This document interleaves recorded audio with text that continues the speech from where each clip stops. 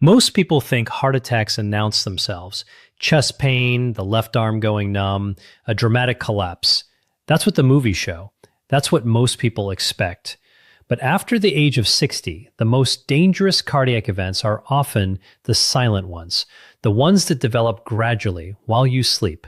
No warning, no time to call for help, no second chance. And here is what shocks most of my patients when I tell them this in a recovery room. Those events are almost always triggered by something ordinary, something completely unremarkable, something you did before turning off the light. I've spent more than 20 years opening chests, repairing arteries, and holding hearts in my hands. I've also spent more than 20 years watching the same preventable patterns repeat themselves over and over in patients who had absolutely no idea what they were doing to themselves every single night. Tonight, I'm going to show you 5 of those patterns, 5 habits that are quietly loading the gun while you sleep.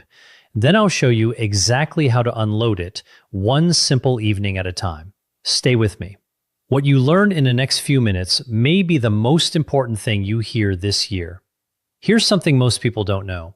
Your cardiovascular system doesn't take a break when you fall asleep. It simply shifts gears. In a healthy body, nighttime is when your blood pressure naturally falls, usually by about 10 to 20% compared with daytime levels. Your heart rate slows, your arteries relax. It's a biological reset, a form of maintenance your body has been performing throughout your entire life. But after the age of 60, that system becomes less reliable. Blood vessels become stiffer. Blood pressure regulation becomes less precise. Certain hormonal signals that once protected your heart during the night begin to weaken, and the margin for error becomes much, much smaller. Think of it this way. During the day, your cardiovascular system has backup mechanisms. It can compensate. It can adapt. At night, many of those protective mechanisms are essentially offline. Your body is operating with a skeleton crew. That's what makes the night so different after 60. That's why the hours between midnight and 6 o'clock in the morning carry the highest risk of heart attack and stroke for older adults. Not the afternoon, not the morning rush, the quiet hours, the hours when no one is watching, but your habits are. Now, here's the part that changes everything. What happens during those dangerous hours is largely determined by what you did before going to bed. The meal you ate, the medication you took or didn't take, the temperature in your bedroom. Decisions that felt completely routine. That's exactly what we're going to talk about starting right now with the habit that surprises my patients the most. Let me ask you something. What time did you eat dinner last night? And what was on your plate? I ask every patient that question. Surprisingly, many people over 60 tell me they ate dinner around 8 o'clock or 9 o'clock at night, sometimes even 10 o'clock. A full meal, pasta, rice, meat, maybe something fried, followed by sitting on the couch and then going to bed within an hour or two. I understand why it happens. Busy days, family schedules, habits built over a lifetime. But from a cardiac perspective, this routine is quietly harming your heart. A heavy meal late at night is one of the most underestimated stresses your heart can experience. Here's what's happening inside your body. When you eat a large meal, your digestive system demands a tremendous increase in blood flow. Your heart has to pump harder. Your blood pressure rises. Triglycerides, the fats circulating in your bloodstream, rise sharply within 2 to 4 hours after eating. Now, combine that with going to sleep.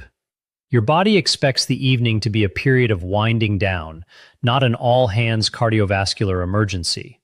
Instead, your heart is working overtime to digest a large dinner while simultaneously trying to transition into its nighttime recovery mode. Those two demands directly compete with one another. And for someone over 60 with even a moderate degree of arterial stiffness, that conflict can have serious consequences.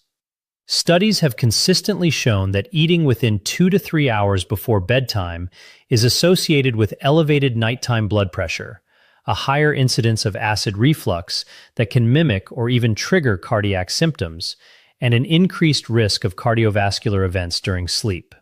The solution is not complicated. Finish your main meal by 6 or 7 in the evening whenever possible. If you need to eat later, keep the meal light, focusing on lean protein and vegetables instead of heavy fatty foods. Does your dinner schedule resemble what I just described? You might be surprised by how many people answer yes without ever realizing it could affect their heart. Now, I need you to pay very close attention to this next point, because this is where some of the most preventable damage occurs. In my clinical experience, if you're over 60 and you take medication for high blood pressure, and statistically more than 60% of people in this age group do, the timing of that medication matters enormously, far more than most physicians take the time to explain. For most people, blood pressure follows a predictable daily rhythm. It rises in the morning, peaks during the afternoon, and falls at night. But a significant number of people over 60, especially those with hypertension, never experience that normal nighttime drop. Their blood pressure remains elevated, or it actually surges during the early morning hours. This condition is known as nocturnal hypertension. Most people have never heard of it, yet it is dangerous in ways that ordinary daytime high blood pressure is not. While you sleep, your arterial walls are not prepared to withstand sudden pressure surges. A spike in blood pressure at 3 o'clock in the morning affects your arteries very differently than a spike at 3 o'clock in the afternoon. It is more likely to rupture a vulnerable plaque inside a coronary artery, more likely to trigger the formation of a blood clot, more likely to send someone to my operating table. If you take your blood pressure medication only in the morning, it may no longer be working when your body needs it most. If you forget to take it altogether, you may be leaving yourself completely unprotected during the most vulnerable hours of the night. So what should you do? Talk to your doctor specifically about medication timing. Ask whether your blood pressure medication should be taken in the evening instead of the morning. That conversation takes only 2 minutes. It could save your life. There is strong scientific evidence, including findings from the Hygeia chronotherapy trial, suggesting that taking blood pressure medication in the evening can significantly reduce cardiovascular risk during sleep. That is not a minor adjustment. It is a conversation that could potentially save your life. Never assume that timing doesn't matter. In cardiology, timing can make all the difference. Yet most people over 60 have never had this discussion with their doctor. Now, I want you to think about someone you know who snores.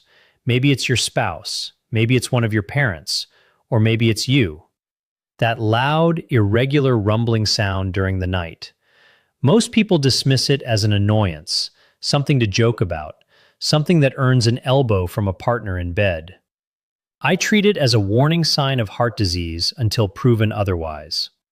After more than 20 years in this field, I mean that literally. Sleep apnea is one of the most underdiagnosed and underestimated conditions I see in patients over 60. It is estimated that more than 30% of older adults have some form of sleep apnea, yet the vast majority have never been diagnosed or treated. They have absolutely no idea what it is doing to their heart every single night. Here's what actually happens during an episode of sleep apnea. You stop breathing for 10 seconds, 40 seconds, sometimes even longer. It may happen dozens of times every hour. Each time it happens, the oxygen level in your blood drops dramatically. Your brain detects a crisis and immediately activates a stress response. Adrenaline is released, cortisol rises, your heart rate suddenly accelerates, your blood pressure spikes. Your heart is essentially jolted awake while the rest of your body remains asleep. Night after night, year after year. Now imagine that happening 30, 40, or even 50 times in a single night. What that does to your cardiovascular system is anything but subtle. Sleep apnea is directly associated with a 3-fold increase in the risk of heart attack. That statistic alone should make you stop and think. It is also strongly linked to irregular heart rhythms, including atrial fibrillation, a condition that dramatically increases the risk of stroke. It accelerates the thickening and stiffening of the arterial walls, And because all of this happens while you're asleep, most people have absolutely no idea anything is wrong until a serious cardiac event occurs. The warning signs are not always obvious. Yes, loud snoring is one of them, but there are several others. Watch for waking up with morning headaches, feeling exhausted despite getting a full night's sleep, needing to urinate frequently during the night, waking up with a dry mouth, or waking with a sensation of choking or gasping for air. If any of those symptoms sound familiar, talk to your doctor about having a sleep study. Here's what I tell my patients directly. If you snore heavily, you're over the age of 60, and you have any history of heart disease or stroke, being evaluated for sleep apnea is not optional. It is an essential part of your cardiac care, period. The treatment, most commonly a CPAP device, isn't glamorous.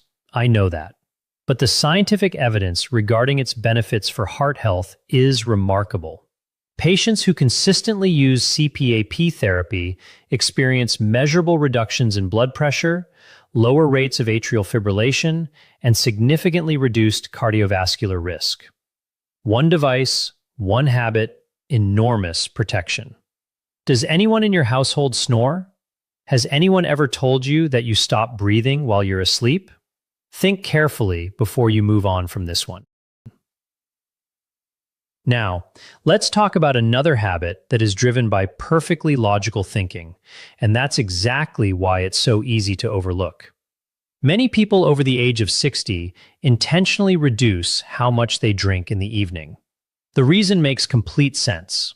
They want to avoid waking up at 2 o'clock in the morning to use the bathroom. Interrupted sleep is frustrating. Getting out of bed during the night increases the risk of falling. So, they stop drinking fluids after dinner, sometimes even after 4 o'clock in the afternoon. I completely understand the reasoning. But from a cardiovascular perspective, going to bed even slightly dehydrated is a significant risk factor, and it's one that almost nobody talks about. When you're dehydrated, your blood becomes more viscous. It becomes thicker. It doesn't flow through your blood vessels as easily. For a younger cardiovascular system, that's usually a manageable inconvenience. For someone over 60 who already has stiffened arteries and plaque buildup, it's an entirely different situation. Thicker blood moves more slowly through arteries that are already narrowed. It is also more likely to form dangerous blood clots. And here's the timing issue that most people never consider. During sleep, your heart rate naturally slows down. Blood circulation also slows. Now, combine that slower circulation with thicker blood in a body that remains motionless for 7 or 8 hours, flowing through arteries that may already be partially blocked. That combination, dehydration, a slower heart rate, reduced movement, and underlying arterial disease, is one of the reasons why heart attacks and strokes occur so frequently during the early morning hours. Fortunately, the solution is remarkably simple. Drink 1 full glass of water before going to bed. Not a large amount, just about 8 ounces. That's all you need. It's enough to help prevent your blood from becoming unnecessarily thick while you sleep. Keep another glass of water on your bedside table for when you wake up. If you wake up feeling slightly thirsty at 2 o'clock in the morning, your body is asking for something your heart needs as well. You don't have to choose between getting a good night's sleep and protecting your cardiovascular health. Now, here's another habit that surprises almost every patient when I mention it because it sounds almost too simple to make a difference. What temperature is your bedroom at night? Most people have never considered that question from the perspective of heart health. They think about comfort. They think about personal preference. But your cardiovascular system actually performs best within a specific temperature range. Outside that range, your heart quietly works much harder than it should. Let's start with a bedroom that's too warm. When the temperature rises above approximately 22 degrees Celsius, or about 72 degrees Fahrenheit, your body has to work continuously throughout the night to release excess heat. Your blood vessels dilate, your heart rate remains elevated, you sweat more, which increases fluid loss and brings us right back to the dehydration problem we just discussed. Perhaps even more importantly, your sleep quality declines. You spend less time in the deep, restorative stages of sleep, the stages during which your heart performs its most important overnight recovery and repair. Now, let's look at the opposite extreme. A bedroom that is genuinely too cold, below approximately 16 to 17 degrees Celsius, creates a completely different kind of cardiovascular stress. Cold temperatures cause vasoconstriction. Your blood vessels constrict to preserve your body's core temperature. As they tighten, your blood pressure rises. Your heart has to pump against greater resistance. For someone already living with coronary artery disease or high blood pressure, that increase in nighttime blood pressure is far from insignificant. The optimal bedroom temperature for both quality sleep and cardiovascular protection is between 18 and 22 degrees Celsius or 65 to 72 degrees Fahrenheit. Within that range, your body remains in what's known as a thermally neutral state. Your blood vessels stay relaxed, your heart rate remains low and steady, your sleep stays deep and restorative. One simple thermostat setting, real protection. Everything I've described so far may sound like a long list of things to worry about, but I want you to look at it differently. When you put all 5 habits together, what you actually have is a practical blueprint for protecting your heart every evening.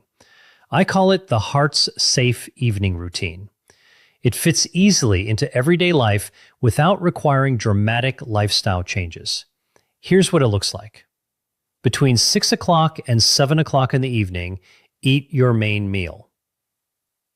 Choose lean protein, vegetables, and a moderate serving of carbohydrates if you need them. Not an enormous feast, not skipping dinner, just a balanced meal at a reasonable hour. That gives your heart 3 to 4 hours to finish the work of digestion before you go to sleep. Around 7 o'clock, focus on water and your medications. If Dr. William has not specifically discussed the timing of your blood pressure medication with you, let this be your reminder to have that conversation. For many people, taking blood pressure medication in the evening may provide significantly greater protection. Take that discussion seriously. Between 8 and 9, enter your wind-down period. Take a gentle walk, read a book, have a calm conversation. This is also the time to step away from screens, especially the bright screens of smartphones, which suppress melatonin production and keep your nervous system alert much longer than it should be before bedtime. By 9 o'clock, prepare your bedroom. Adjust the thermostat. Open a window for a few minutes if necessary. Place a glass of water on your bedside table.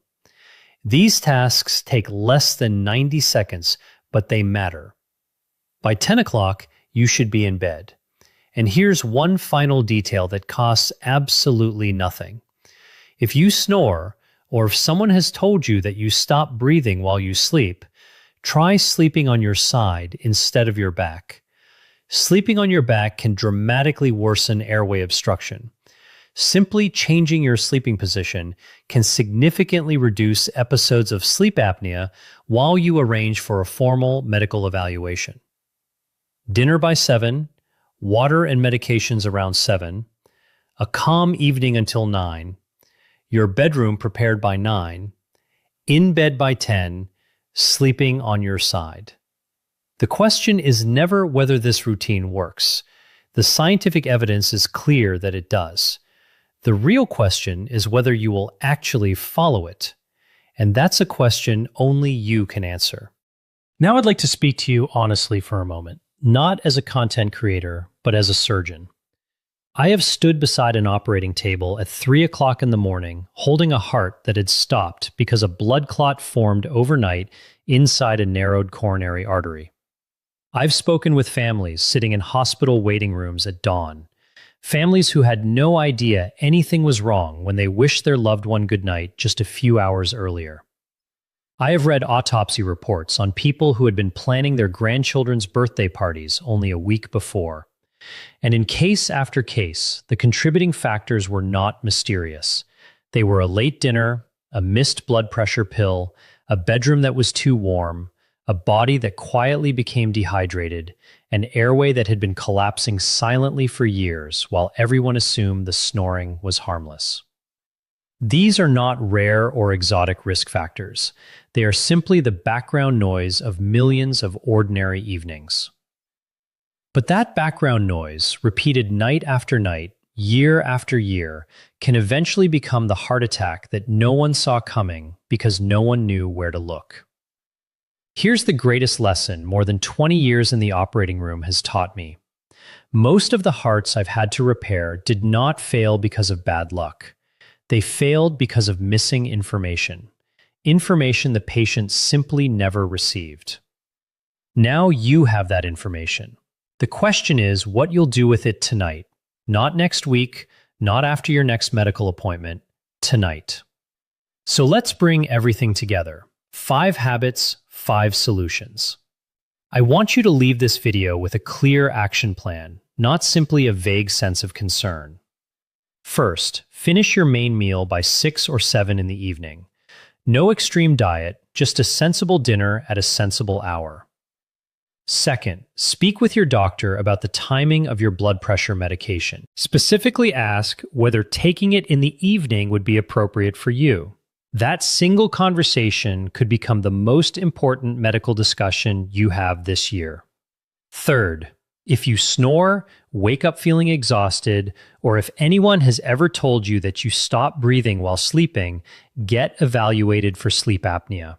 Once you're over 60, this isn't optional. It's an essential part of protecting your heart. Fourth, drink 1 glass of water before going to bed. Keep another glass on your bedside table. Don't allow your blood to become thicker overnight simply because you wanted to avoid getting up to use the bathroom. Fifth, keep your bedroom temperature between 18 degrees and 22 degrees Celsius, or 65 degrees to 72 degrees Fahrenheit.